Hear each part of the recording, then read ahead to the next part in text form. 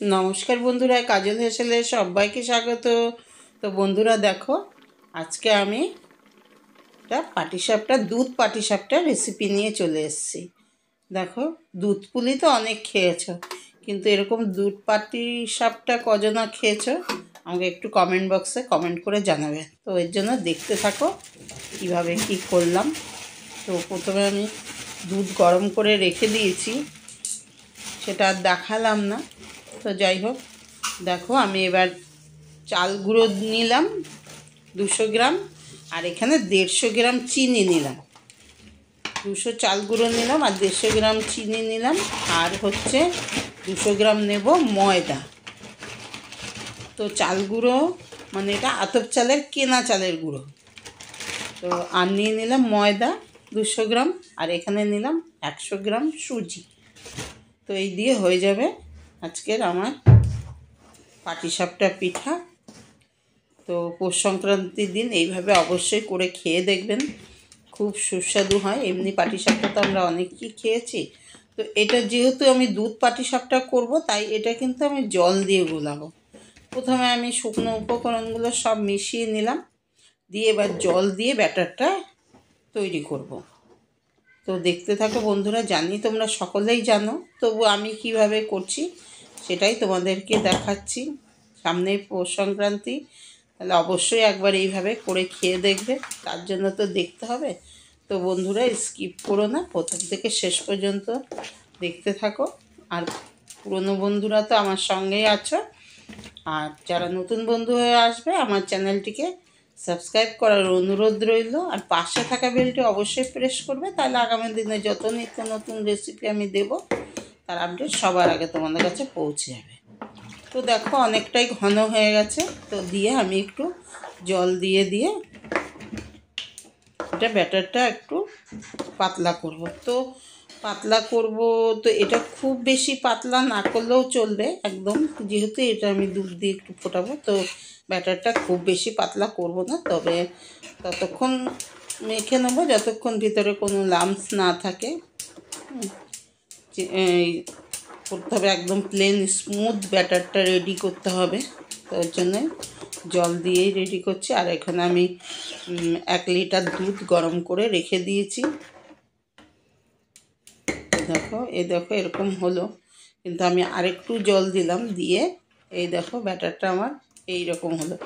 খুব বেশি মোটাও না, একদম গাঢ়ও না, একদম খুব পাতলাও না, মিডিয়াম। এই দেখো, যাই হোক একটু মানে যেমন আমরা করি খুব পাতলা করি, অত পাতলারও এই পাটিসাপটাটায় দরকার হবে না। তো এদিকে একটা নারকেল কুড়িয়ে নিয়েছি, সেটাকে একটু মানে পাটালি গুড় আর একটু গুঁড়ো দুধ দিয়ে পুরটা বানিয়ে নিচ্ছি। তো আমি খুব একটু শর্টেই দেখাচ্ছি, নাহলে তো ভিডিওটা তো এমনিতে অনেক বড় হয়ে যায়। তো ওই জন্য একটু শর্টেই দেখাচ্ছি। নারকেলের পুরটা বানানো মানে আমি এটা পাটালি গুড় গ্রেট করে দিয়ে নারকেলের সাথে আর একটু গুঁড়ো দুধ দিয়ে পুরটা বানিয়ে নিচ্ছি। তো দেখো এই কড়াইটার মধ্যে দুধ গরম করেছিলাম, তো এইটার মধ্যেই আবার পুরটাও বানিয়ে নিচ্ছি। দুধটা গরম করে নিয়েছিলাম, দিয়ে পুরটা বানিয়ে নিয়ে নামিয়ে রেখে তারপরে কড়াইটা রেখে দেবো, আর দরকার নেই। কিন্তু ওই দুধের কড়াইয়ের মধ্যেই আমি দুধ গরম করে ঢেলে রেখেছি। তো দেখো এবার আমি পুরটা ঢেলে নিচ্ছি। পুরটা একটা প্লেটে ঢেলে নিচ্ছি, দিয়ে ঠান্ডা হতে দিচ্ছি। ঠান্ডা করে নেবো পুরটাকে ভালো করে।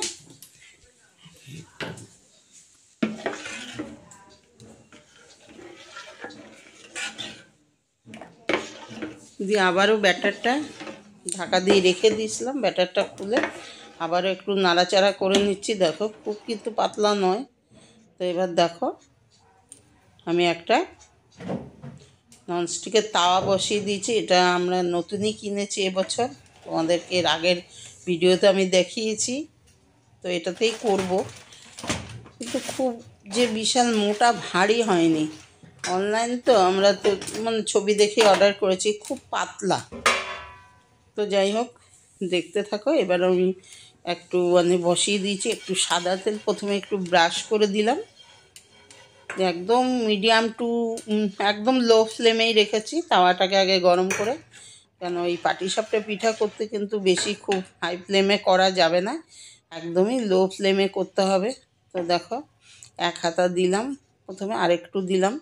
এটা একটু মোটা মোটা করে করব, খুব বেশি পাতলা করব না। তো ওই জন্য এই দেখো একটু টেনে গেল। তারপরে এবার এর মধ্যে পুরটা দিয়ে দেব। দেখো নিচটা একদম হয়ে গেছে, বোঝাই যাচ্ছে যে উঠে আসবে। সেরকম হওয়ার পর দিয়ে এবার পুরটা দিয়ে দিলাম। দিয়ে এবার যেমন পাটিসাপটা ভাঁজ করে সেই রকম ভাঁজ করে নেব। এই দেখো, আর এটা কিন্তু খুব কড়া ভাজবো না, যেহেতু আমি দুধ পাটিসাপটা, তার জন্য খুব কড়া যে ভাজতে হবে সেটা কিন্তু করতে হবে না। এই দেখো এইরকমভাবেই করে নেব।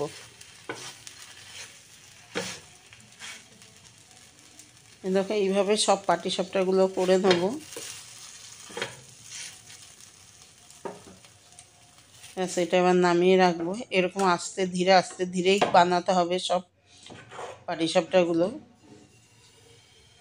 দেখো আবারও একটা করছি।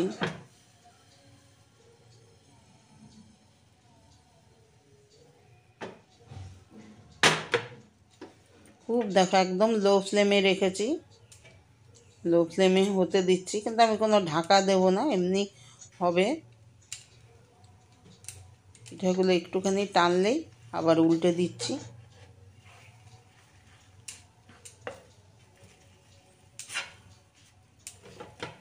এই দেখো হয়ে গেছে। তাও দেখো মানে এতটাই পাতলা হয়েছে ইয়েটা, তাওয়াটা, যে একটুতেই মানে লেগে যাচ্ছে। তাও একদম লো ফ্লেমে রেখে দিয়েছি।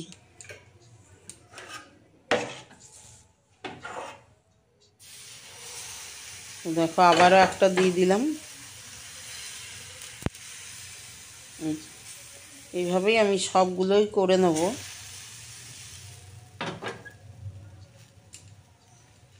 এটা দেখো যেহেতু উপরে ইয়ে হচ্ছে, মানে একটুখানি নিচেটা বেশি তাড়াতাড়ি হয়ে গেছে, মানে একদম হাত লেগে একটু গ্যাসটা হয়তো বেড়ে গেছে, ওটা আমি বাদ দিয়ে দিলাম। একটুখানি তলাটায় লেগে গেছিলো।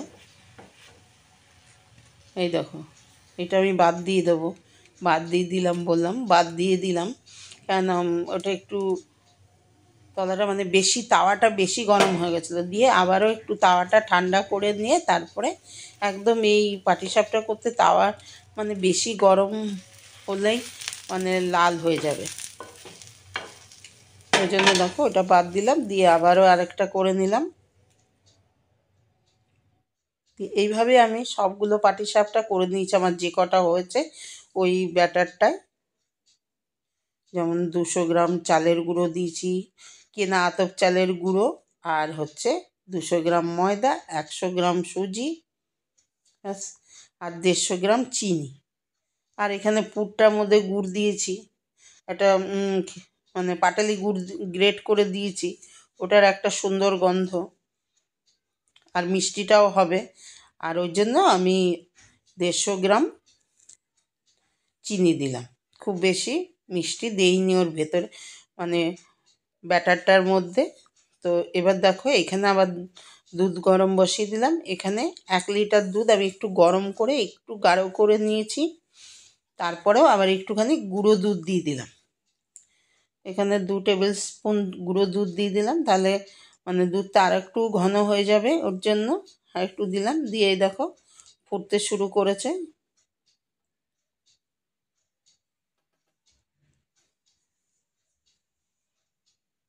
দেখো দুধটা ফুটে গেছে। এর থেকে আর বেশি ঘন করব না আমি, কেননা 1 লিটার দুধকে একটু আমি ঘন করেই গরম করে রেখেছিলাম, ওটা তোমাদের দেখায়নি। আর এদিকে দিয়ে তারপরে আবারও বসিয়ে আবার একটু গুঁড়ো দুধ দিলাম, তো আর একটু ঘন হয়ে গেছে। দিয়ে এরপরে তো এই পাটিসাপটাগুলো তো একটু দুধের মধ্যে ডুবতে হবে, ওর জন্য আমি আর বেশি ঘন করলাম না। দেখো যে কটা আমার হয়েছে সব কটাই আমি পাটিসাপটা এর মধ্যে দিয়ে দিলাম, দিয়ে ফুটাবো। আর এই দেখো খেজুরের ঝোলা গুড় দিয়ে দিলাম। এখানে ঝোলা গুড়টা আমি একটা 200 গ্রামের কাপে নিয়ে অল্প একটু কম দিলাম, পুরোটাই নিয়েছিলাম, খুব মিষ্টি হয়ে যাবে তো ওর জন্য আর কি।